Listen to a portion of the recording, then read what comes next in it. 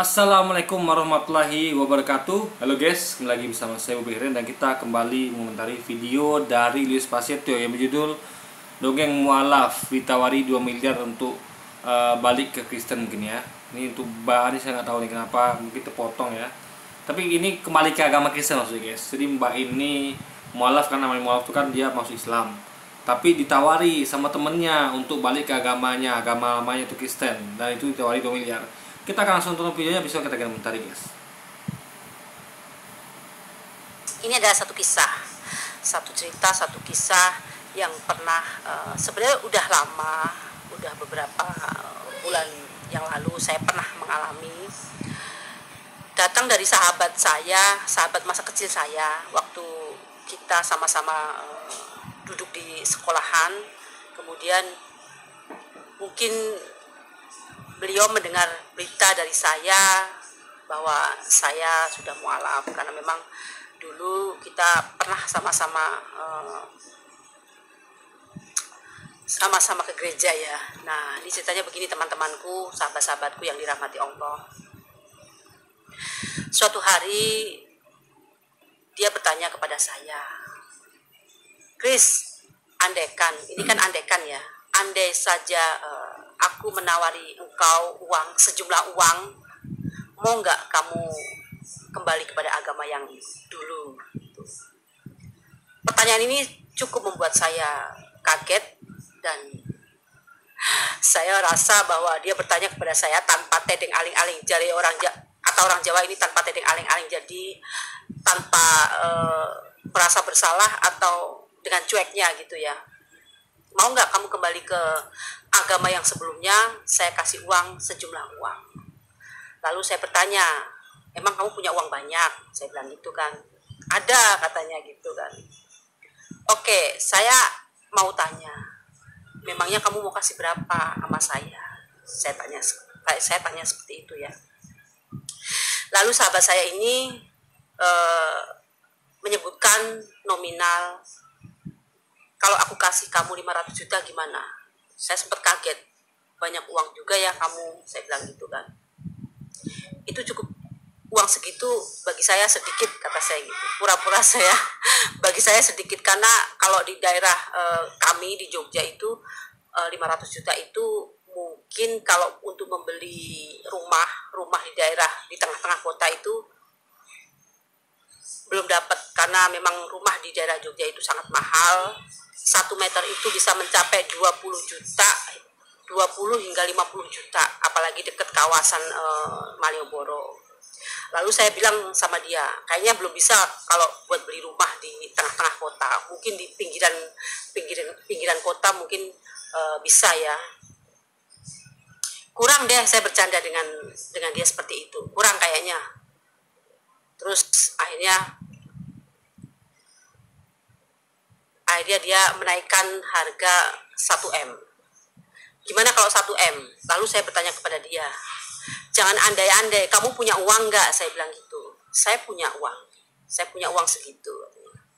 Jadi misalkan ini Potong guys ya. Ini cerita beliau, temannya nawarin, dan dia ketika dia nyampaikan di Jogja harga segini itu masuk akal guys. Kenapa ya? Kita mau masuk akal. Jadi kita tuh kalau dengar sesuatu harus kita analisis. Jangan kayak Luis Passetio langsung katakan ini dongeng gitu kan, enggak. Contoh, saya cerita sedikit di daerah saya ya. Anda yang pernah tahu, Anda tahu daerah Provinsi Riau ya. Saya sekarang tinggal di Kabupaten Kampar. Di Kabupaten Kampar ini adalah di luar Pekanbaru. Jadi kira-kira itu, kalau ya ini pernah saya jalan sama papa saya ya, itu jarak dari tempat tinggal saya ini ke tengah kota ya, ke pusat kota itu adalah 24 km guys.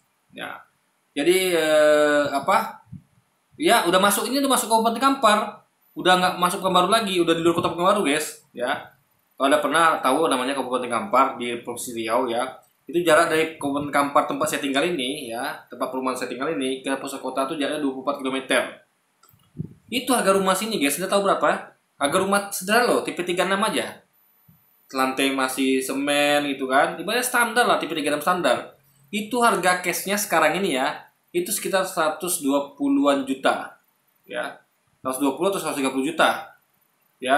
berapa tahun lalu itu ya, kira-kira 7 tahun berapa ya, kira-kira 8 tahun lalu itu harga rumah di sini itu adalah sekitar 90-an juta guys. Nah lewat 8 tahun itu naik menjadi 120 atau 130 juta. Ini bukan di Pekanbaru ya, jauh. Wah, 24 kilometer luar kota Pekanbaru di Kabupaten Kampar. Nah saya ada rumah ya peninggalan dari nenek lah, nenek ya. Orang apa namanya, ini kita cerita mengharga nih, Luis ini kan ngerti harga gitu, ngerti dia kan, kita kan analisis itu pakai logika. Nah itu saya cerita sedikit ya, itu ada rumah dekat pada pernah dari kemarin udah namanya daerah ya bukan tengah pusat kota, belum pusat kota, masih lumayan jauh itu guys.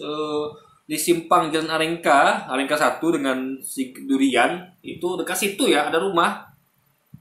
Itu di apa rumahnya itu ada tahu berapa ditawari orang ya, itu rumahnya ya itu pasarannya adalah sekitar 800 juta guys, 800 juta ya kan. Nah cuman karena rumah kami itu kebetulan dulu tuh ada di depan rumah kami, rumah kami situ tuh kan adalah apa namanya itu istilah tuh klaster ya, apa namanya itu istilahnya, jadi dikelilingi oleh tembok rumah orang. Jadi depannya tuh tembok rumah orang kaya 2 tingkat depannya tuh kan, di belakangnya tuh lahan perusahaan, di sampingnya itu adalah ya rumah orang gitu kan, tembok. Jadi dikelilingi oleh rumah orang semua guys. Jadi akses masuk tuh hanya lewat samping kiri ya, itu masuknya tuh jalan kecil. Dulu tuh kan karena rumah kami di belakang rumah-rumah orang ya, rumah orang dan di sebelah tanah perusahaan ya, lahan perusahaan apa itu ya, berat kayaknya guys. Nah itu untuk masuk sana tuh ada akses jalan kecil. Dulu kan masih belum kayak sekarang, bangunannya ada lengkap udah batu semua, maksudnya tuh udah ya dipasang dinding gitu guys, tinggi gitu kan, jadi masuknya tuh nggak bisa. Kalau dulu kan masih tanah lapang gitu kan, masih bisa kita ibaratnya gitu kan, masih luas lah gitu kan. Tapi kan karena yang punya rumah di samping itu dia membangun lagi, tentu dia akan semakin mengapain tanahnya. Jadi sebenarnya itu jalan masuk ke rumah kami itu tanah dia sebenarnya.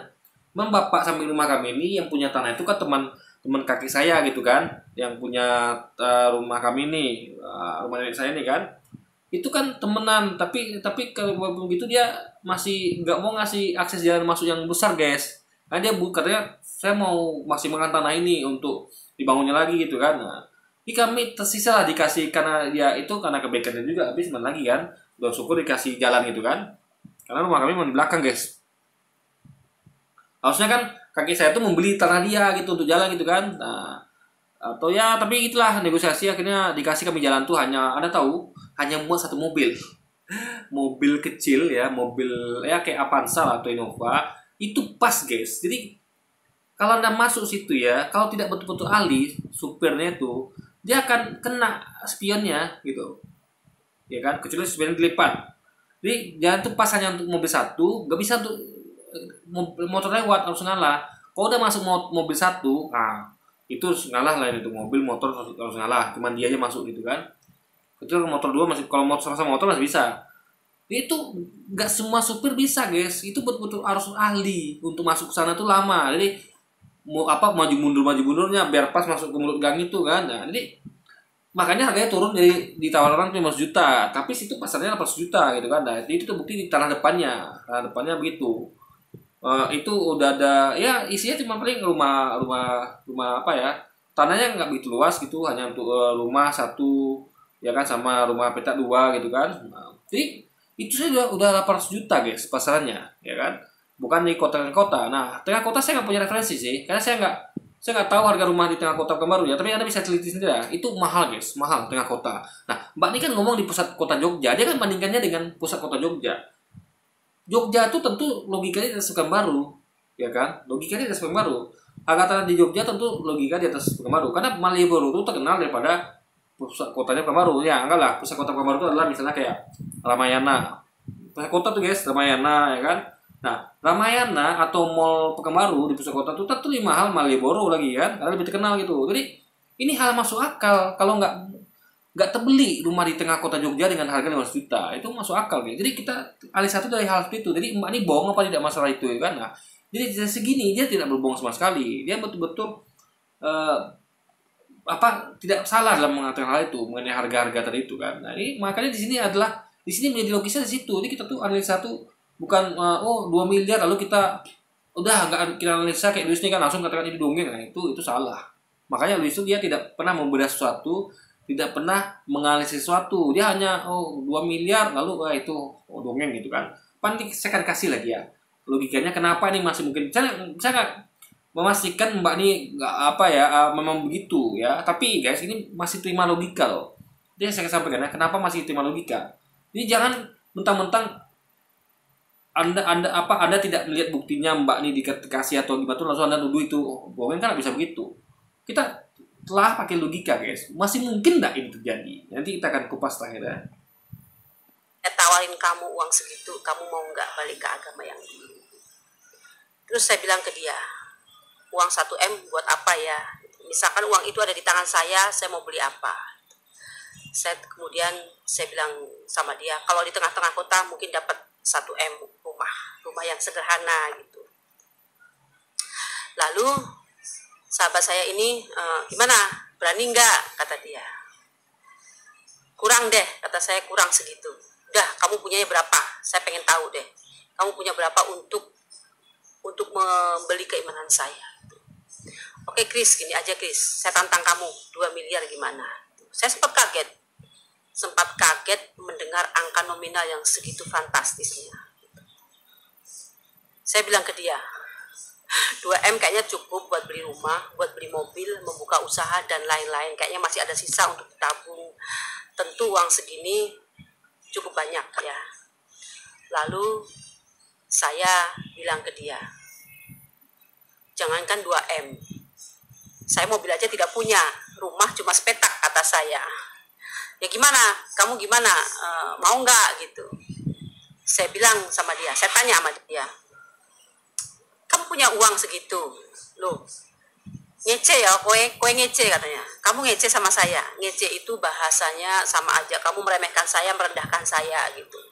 Kamu kan tahu saya pemain proyek, kata dia gitu. Ya memang saya tahu bahwasanya orang-orang yang bermain di proyek itu biasanya sangat mudah untuk mendapatkan uang gitu. Jadi kalau pemain proyek itu biasanya kalau dia menang tender memang yang didapatkan mungkin uangnya banyak sekali. Jadi akhirnya saya percaya sama dia gitu. Terus gimana Chris? Berani nggak kamu? Dia agak mendesak saya. Saya dengan santai menjawab dengan kelakar saya gitu. Ya kamu ini gimana sih? Kata. Kamu bercanda, saya bilang gitu. Enggak, saya serius gitu. Akhirnya karena saya melihat sifat dia yang memang dari kita sekolah gitu, dia orangnya serius, jarang bercanda, jarang tertawa bahkan orangnya gitu. Saya akhirnya mungkin dia benar gitu. Nah, akhirnya, oke deh, kasih saya waktu 24 jam, kata saya. Kenapa harus kasih waktu, kata dia gitu. Loh, saya kan harus berpikir dulu gitu.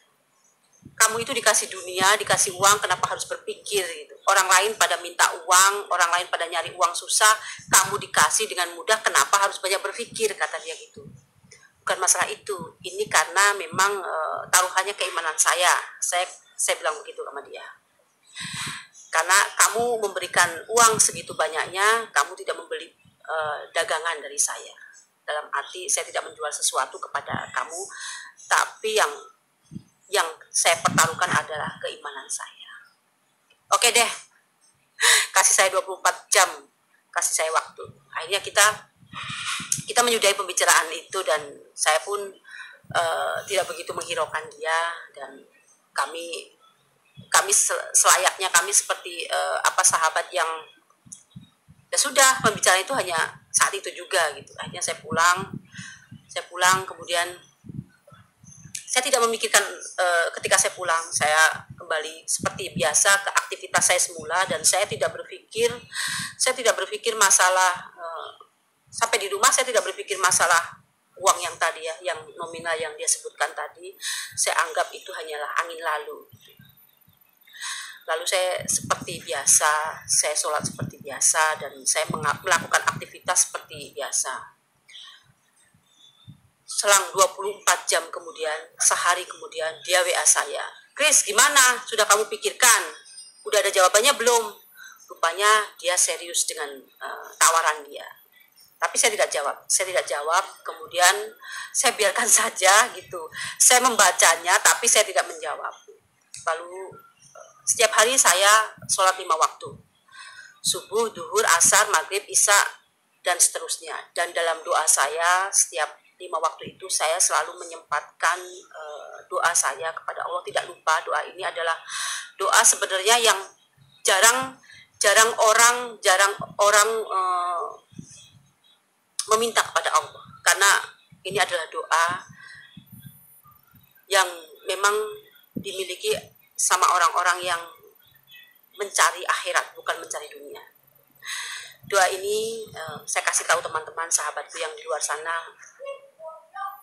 Ya Allah, jangan kau condongkan hati ini ke dalam kesesatan setelah engkau memberikan petunjuk kepada kami.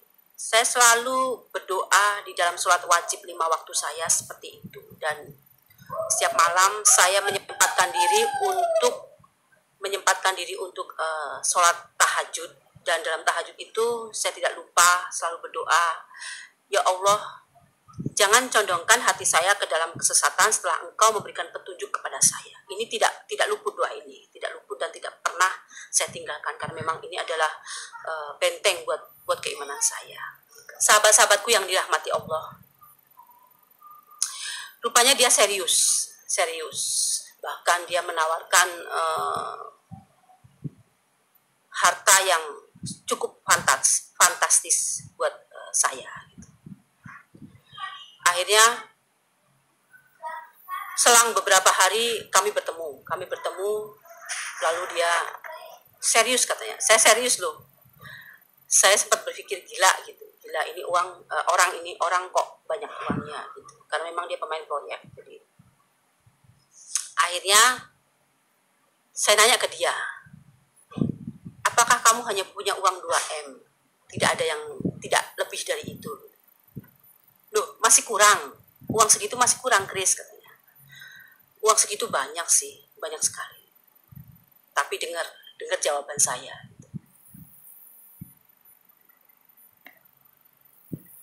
Ini adalah satu kisah, satu cerita. Oke, jadi ini saya nggak tahu, ternyata video segitu aja. Jadi gini, kalau kita beda sama Luis Prasetyo ya. Ini konklusinya ya. Kalau kita melihat suatu hal seperti ini ya, apa namanya ini ya, ibaratnya adalah sharing gitu kan. Kita nggak kayak Luis langsung menjudge ini dongeng, ini hoax, enggak. Kita nggak seperti itu. Kita satu jawaban saya ya, jawaban kita adalah wallahu a'lam bishawab, hanya Allah yang tahu. Kita tidak menjudge Mbak ini bohong, nggak menjudge dia jujur. Kenapa? Kita nggak punya bukti. Untuk suatu hal kita nggak punya bukti ya, kita hanya satu, Allah yang tahu.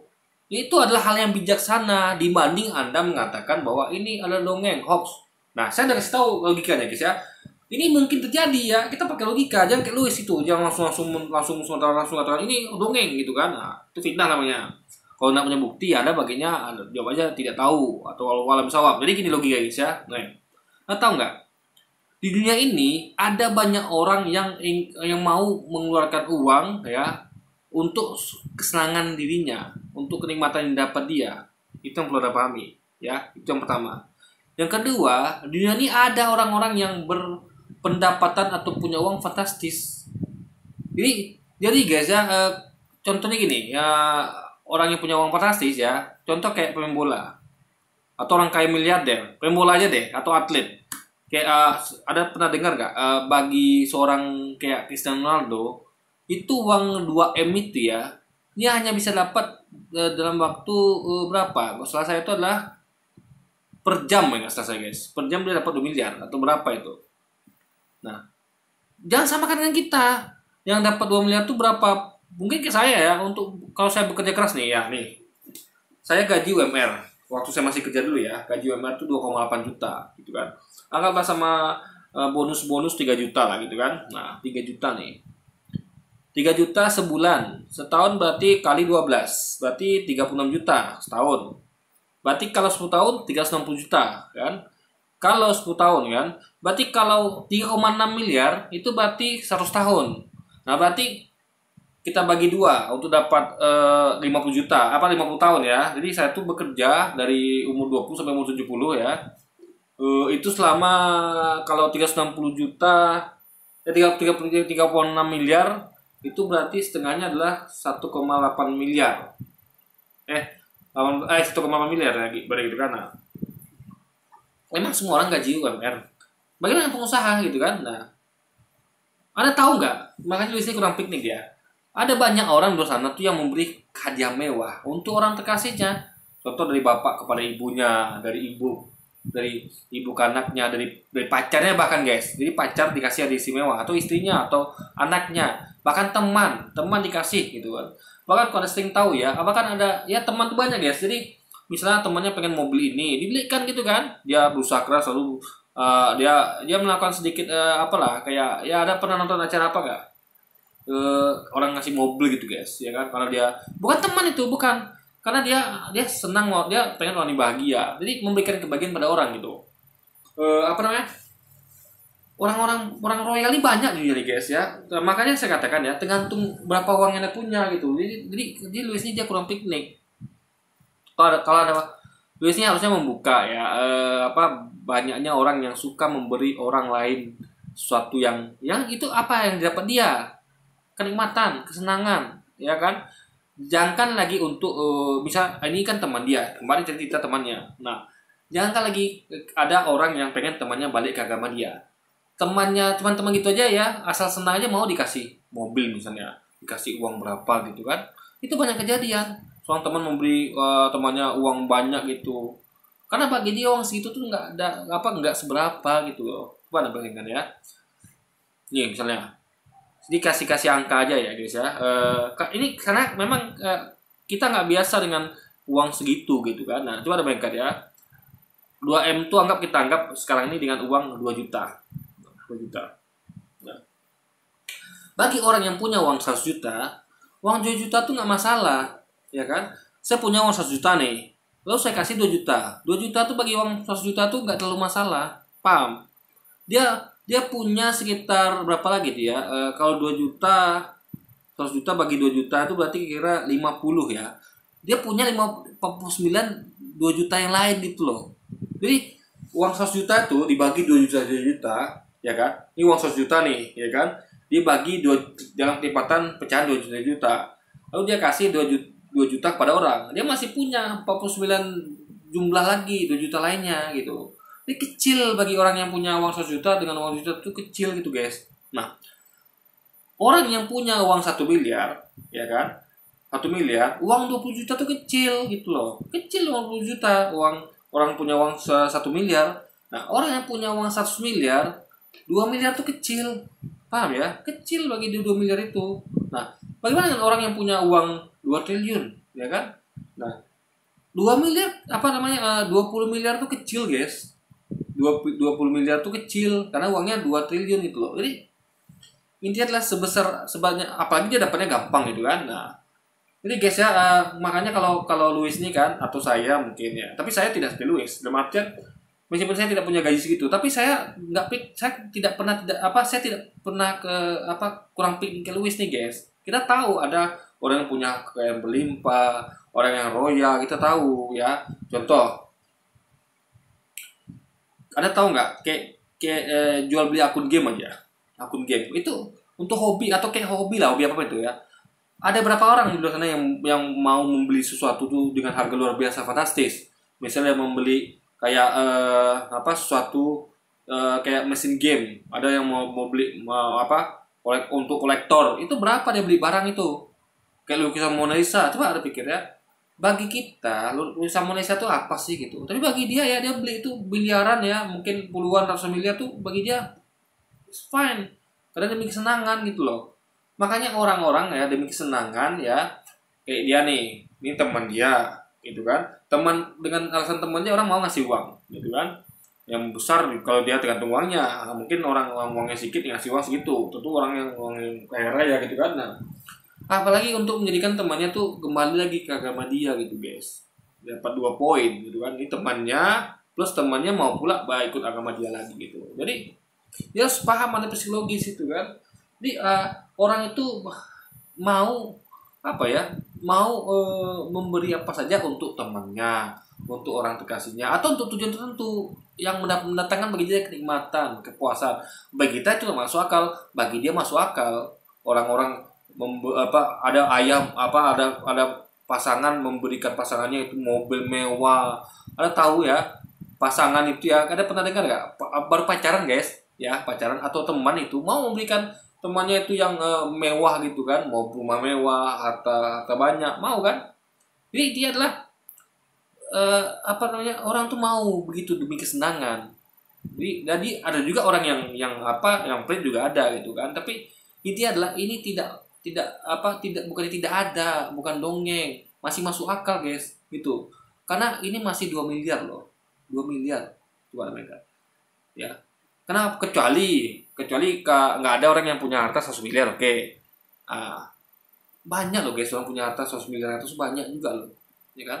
Nah, intinya adalah gini, untuk menyikapi hal seperti ini kita harus bijaksana. Jangan kayak Louis itu dongeng gitu kan. Kita analisa, mungkin nggak terjadi gitu. 2M, bahkan 20M masih mungkin gitu kan. Apalah arti? Coba anda kaitkan dengan misalnya Cristiano Ronaldo. Apa sih bagi dia uang 2 miliar itu kan enteng ya kan. Hartanya banyak, dia dapat 2M itu mungkin cuma dapatnya ya mungkin berapa jam atau berapa hari gitu kan. Enteng bagi dia guys itu. Ya kan. Nah, kayak saya misalnya dapat gaji 2,8 juta atau 3 juta. Nah, ngasih pakai miskin 100.000 bagi saya enteng misalnya gitu kan. Atau 200.000 enteng. Kenapa? Hanya seperberapa dari uang saya gitu. Paham ya? Seperberapa tuh?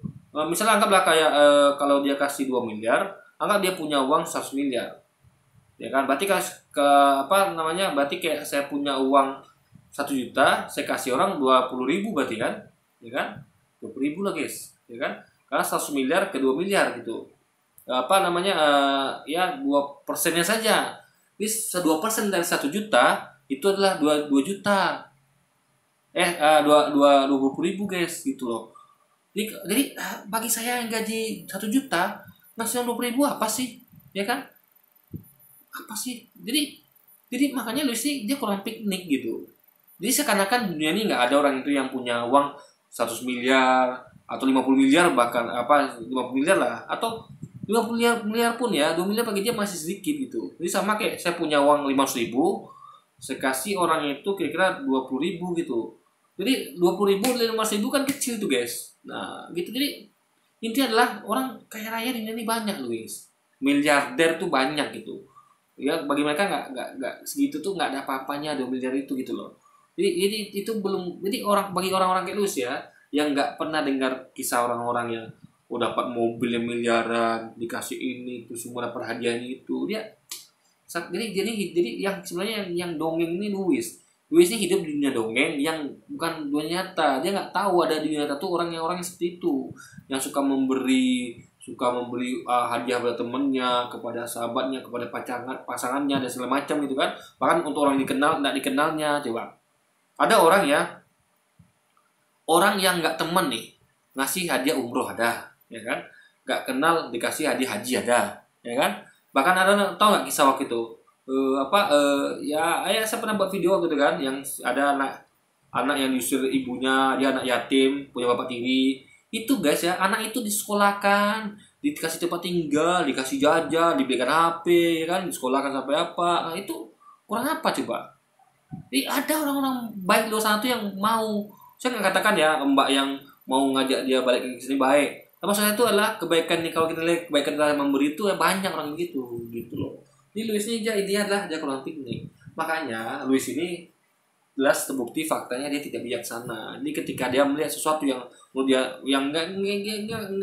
nggak sampai situ apa ya guys logikanya, nggak sampai situ pikniknya mungkin. 2 miliar banyak kali, bagi kita banyak. Bagi orang yang punya harta miliaran itu dikit, apalagi yang punya triliunan dikit 2 miliar itu gitu kan. Nah, intinya adalah kita harus bijaksana dalam melihat segala sesuatu. Jangan seperti Luis yang dengar kisah 2 miliar itu dongeng. Enggak. Jawab kita adalah saya nggak bisa memastikan mbak ini apa benar apa tidak gitu kan. Tapi yang biasanya adalah mengatakan walau bisawab. Mbak ini bisa benar, bisa salah. Tapi kita jangan suzon aja deh. Kita suzon, mungkin aja mbak ini benar. Tapi kembali kepada Allah yang tahu, kita nggak tahu. Tapi jangan katakan mbak nih dongeng gitu kan. Nah itu dia guys. Jadi ya mungkin segitu aja dulu video kita kali ini ya. Cobalah belajar untuk bijaksana guys ya. Sampai jumpa lagi di video selanjutnya. Dan wassalamualaikum warahmatullahi wabarakatuh guys.